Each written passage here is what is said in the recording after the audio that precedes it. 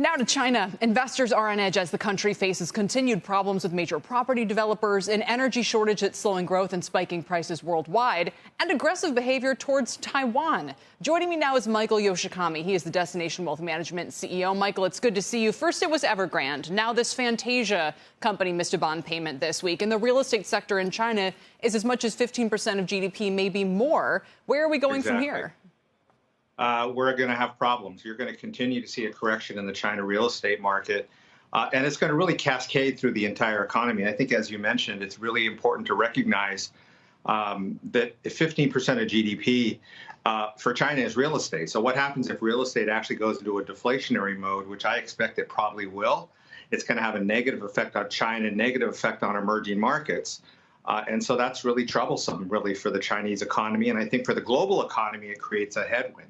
And we've talked about sort of maybe the concern over the next year or so heading into this big event next year where President Xi is likely to get a third term, nearly unprecedented situation. You think maybe it's a position of strength that he is allowing for these various kind of shakeouts in all these different parts of the economy where he's clamping down. Right. What would you tell investors about the aggressive behavior towards Taiwan as well? Does that fit into your previous point of view about what's happening there, or is that new information that changes the equation for you? No, I think it all fits in. I think it's a part of a new nationalist perspective that is really very much focused on the core ideology pre-capitalism, pre when Jack Ma had free run in the economy.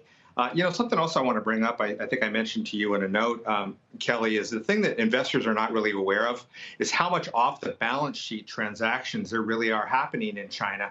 And believe it or not, even municipalities are doing this. There's a term out there, local government financing vehicles that are used by municipalities to float debt against that municipality, but it's off the balance sheet. Does that sound a little bit like what happened during the financial crisis in the United States, off the balance sheet transactions?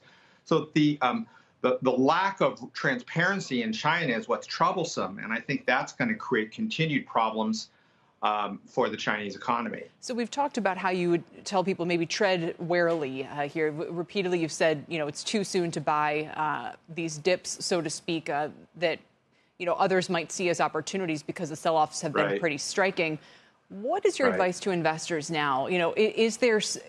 Are there parts of the market that have either gotten too cheap for you or areas that you think might be relatively more safe? It goes back to the discussion we've been having all year. If a company like Alibaba, they might have capped the upside at this point, but if it's not going away, at some point it trades quasi-utility-like as an asset of the government. I mean, how much more downside is there? There could be a lot more downside. It's something that was really not reported very much was Alibaba gave a third of their cash. Think about this. A third of the cash they pledged to give to the government to fund social programs for the government. Now, I don't know why it wasn't reported so much, but think about it. Imagine if Apple had to give a third of their cash. What would that do to the share price? So it'd probably go up, wouldn't it? I mean, wouldn't we all go, great, they're so cozy with the government, they're never going away? No, I don't think that's what I think what we would say is they've just lost a third of the cash, and so the company is worth less.